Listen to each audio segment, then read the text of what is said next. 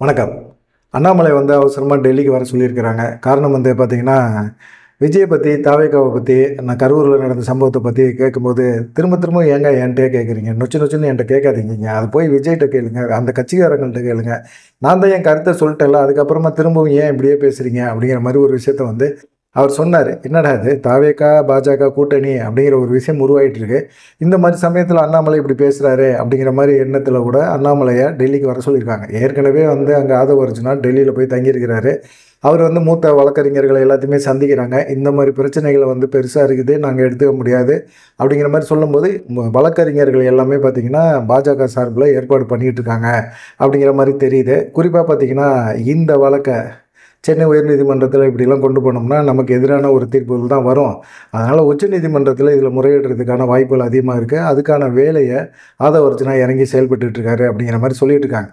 ஆனா விஜய் முதல் மாநாடு நடத்தும்போதே பார்த்தீங்கன்னா, எங்களுடைய கொள்கை எதிரி பாஜக, அரசியல் எதிரி திமுக அப்படின்லாம் பேசினாரு. விஜய் எப்படியாவது தான் பக்கட்டு கொண்டு வந்துரணும் அப்படிங்கிற ஒரு எண்ணத்தில பாஜக தீவிரமான ஒரு முயற்சிய எடுத்தாங்க. ஏற்கனவே அவர் கார் வாங்கின விஷயத்தில வருமான வரி பாக்கியெல்லாம் இருக்கு.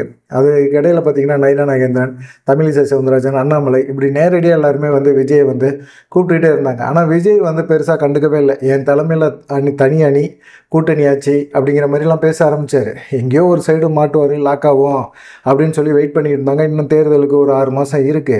பொதுவா மெல்ல விஜய கொண்டு வந்துரலாம் அப்படிங்கிற மாரி பாஜகவும் நெனச்சிட்டு இருந்தாங்க. எடப்பாடி பழனிசாமி இங்கிட்டு பிகப் பண்ணிக்கிட்டு இருந்தாரு. விஜய் இங்கிட்டு கொண்டு வந்துட்டாங்க அப்படின்னா, கண்டிப்பா விஜய தான் முதலமைச்சர் வேட்பாளரா அறிவிப்பாங்க. அதனால நான் தான் முதலமைச்சர் வேட்பாளர். அதிமுகவுல தான் முதலமைச்சர் வேட்பாளர். எடப்பாடி பழனிசாமி தான் முதலமைச்சர் வேட்பாளர். அதிமுக தனிப்பெரும்பான்மையில வெற்றி பெறும். அப்படியெல்லாம் அவர் பேச ஆரம்பிச்சார். ஆனா இதுவரைக்கும் அமித்ஷா எடப்பாடி பழனிசாமிய முதலமைச்சர் அப்படின்னு சொல்லவே இல்ல. இப்போ செங்கோட்டை நடுவுல ஒரு கலாட்டா பண்ணிட்டு இருந்தாரு. ஒருங்கிணைந்த அதிமுக உருவாக்கணும்னு சொன்னாரு. இப்ப அமைதியா இருக்கிறாரு. அந்த அமைதிக்கு பின்னாடி ஒரு வெற்றி இருக்குது, ஒரு காரணம் இருக்கு அப்படிங்கிற மாரி நேத்து கூட அவர் செய்தியாளர் சொன்னாரு. இன்னும் பாஜக அதிமுகவ சும்மா விடாது அப்படிங்கிற மாரி இருக்க சமயத்துல, விஜயோட இந்த பிரச்சாரத்துல கரூர் சம்பவம் நடந்து போச்சு. விஜய கண்டிப்பா கொண்டு வரணும் அப்படிங்கிற ஒரு எண்ணத்துல பாஜக இறங்கி இப்ப களத்துல இறங்கி செயல்பட்டுட்டு இருக்காங்க. பாஜகவோட எப்படியுமே விஜய் அதிமுக, பாஜக கூட்டணியோட விஜய் கூட்டணி வச்சிடக்கூடாது அப்படிங்கிறதுல திமுகவும் விஜய் மேல ஒரு மென்மையான போக்க தான் கடைபிடிக்கிறாங்க. நீதிமன்றம் என்ன சொல்லுதோ அதுக்கப்புறமா நடவடிக்கை எடுக்கலாம். ஏன்னா இப்ப அவர் பிரச்சாரத்துக்கு பயன்படுத்துற அந்த வாகனத்த கூட பறிமுதல் பண்ணுங்க அப்படின்னு சொல்றாங்க. அந்த பஸ்ஸ பறிமுதல் பண்ணுங்க. அந்த பஸ் ஒரு விபத்தை ஏற்படுத்தியிருக்கு. ஏன் அந்த பஸ்ஸ பறிமுதல் பண்ணாம இருக்கிறீங்க?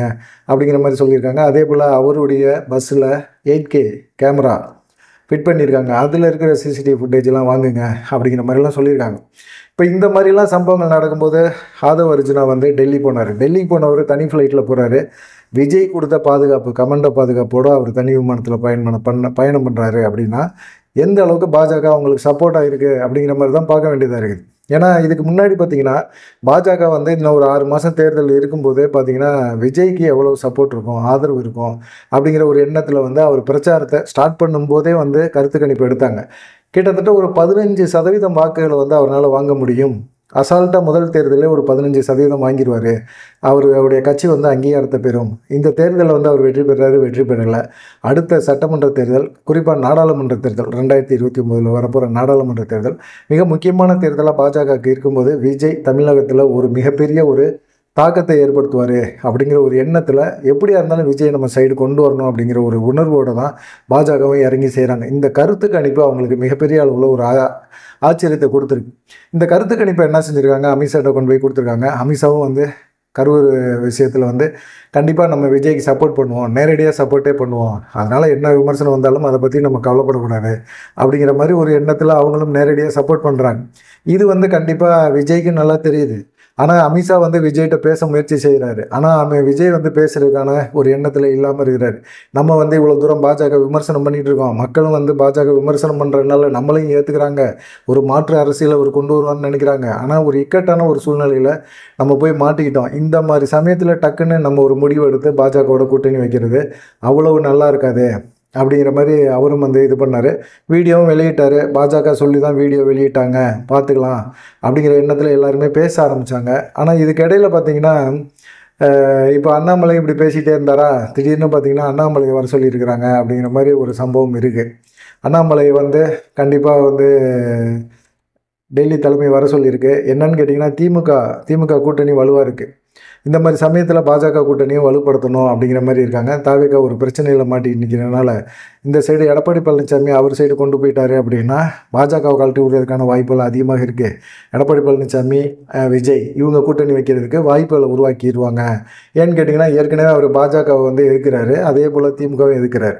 இந்த மாதிரி சமயத்தில் எடப்பாடி பழனிசாமியும் ஒரு துண்டை போட்டு வச்சிருக்கிறார். விஜய் கேட்குறத கொடுக்கலாம் அப்படிங்கிற மாதிரி ஒரு 60-70 தொகுதியை கொடுப்போம் அப்படின்னு நினைக்கிறாரு.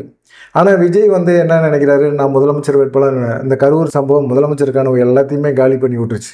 ஏற்கனவே பார்த்தீங்கன்னா பாஜக என்டிஏ கூட்டணியில் டிடிவி தினகரன் இல்லை, ஓபிஎஸ் இல்லை, நயினா நாகேந்திரன் மேலே ஏகப்பட்ட குற்றச்சாட்டை சொல்லி அவங்களும் வெளியே போயிட்டாங்க. இப்போ ஒரு நல்ல வாய்ப்பு கிடைக்கிது என்டிஏ கூட்டணிக்குள்ளே விஜயை கொண்டு வரதுக்கு. அதை தாண்டி பார்த்திங்கன்னா பாஜகக்குள்ளேயும் ஒரு கோஷ்டி பூசல் இருக்குது. அண்ணாமலைக்கும் நயினா நாகேந்திரனுக்குமே கோஷ்டி பூசல் இருக்குது. அண்ணாமலை வந்து இப்போ கோயம்புத்தூரில் ஒரு தோட்டத்தை வாங்கினார்ல, இதை வந்து பார்த்திங்கன்னா நயினா நாகேந்திரன் தரப்பு தான் வந்து இதை வெளிப்படுத்தியிருக்கிறாங்க. யாருக்குமே தெரியாது. இந்த விஷயத்தை வந்து வெளிப்படுத்தி என்னை அசிங்கப்படுத்தணும்னு நினைக்கிறாங்க அப்படிங்கிற ஒரு எண்ணத்தில் அண்ணாமலை வந்து ரொம்ப ஒரு டென்ஷனாக விலகியே இருந்தார். யார்கிட்டையுமே பேசாமல் செய்தியாளர் சந்திப்பு இதுலையுமே பார்த்திங்கன்னா பெருசாக ஒட்டாமையே இருந்தார். நிகழ்ச்சியில் நான் எந்த நிகழ்ச்சியிலையும் பெருசாக கண்டுக்கல. இப்போ நிர்மலா சீதாராமன் வந்தனால கலந்துக்கிட்டாங்க. அப்புறம் தேசிய தலைமையில் ஹேமாமாலினி தலைமையில் ஒரு குழு போட்டப்போ அந்த குழுக்கு வந்து ஒரு டிரான்ஸ்லேட்டராக இருந்தார். அந்த டிரான்ஸ்லேஷன் கூட ஒரு தவறாக பண்ணிட்டாருன்னு சொல்லி அவர் மேலே குற்றச்சாட்டெல்லாம் இருந்தது. இந்த மாதிரி தொடர்ந்து வந்து அண்ணாமலையை வந்து நிராகரிக்கணும், புறக்கணிக்கணும் அப்படின்னு சொல்லி அவர் மேலே குற்றச்சாட்டுகளை அடுக்கிக்கிட்டே போகிறாங்க. இதனால் அண்ணாமலையினால் தொடர்ந்து செயல்பட முடியாமல் ஒரு மன வருத்தத்துக்கே போயிட்டார். என்ன பண்ணுறதுன்னு தெரியல. இந்த மாதிரி சமயத்தில் தான் வந்து செய்தியாளர்கள் வந்து விஜயை பற்றி கேள்வி கேட்கும்போது கடுப்பாயிட்டார். நான் என்ன அவருக்கு என்ன மார்க்கெட்டிங் ஏஜென்ட்டா, நொய்னு என்கிட்டே கேள்வி கேட்குறீங்க, போய் விஜய்கிட்ட கேளுங்க, இல்லை அவங்க கட்சியை சேர்ந்தவங்கள்ட்ட கேளுங்க அப்படிங்கிற மாதிரி சொல்லிட்டாங்க. ஏற்கனவே இந்த கூட்டணி உருவாகுறதுக்கு அண்ணாமலை ஏதாவது ஒரு ஏற்பாடு பண்ணுவார்னு பார்த்தா விஜய் வந்து காரசாரமாக விமர்சனத்தை வேறு பண்ணி விட்டார். ஆனால் அண்ணாமலைகிட்ட வந்து பாஜக தொண்டர்களும் சரி மக்களும் சரி ஒரு விஷயத்தை எதிர்பார்க்குறாங்க. என்னென்னா நேர்மையாக பேசுவார், இந்த சம்பவம் வந்து உண்மையான காரணம் என்ன அப்படிங்கிறத சொல்லுவார்.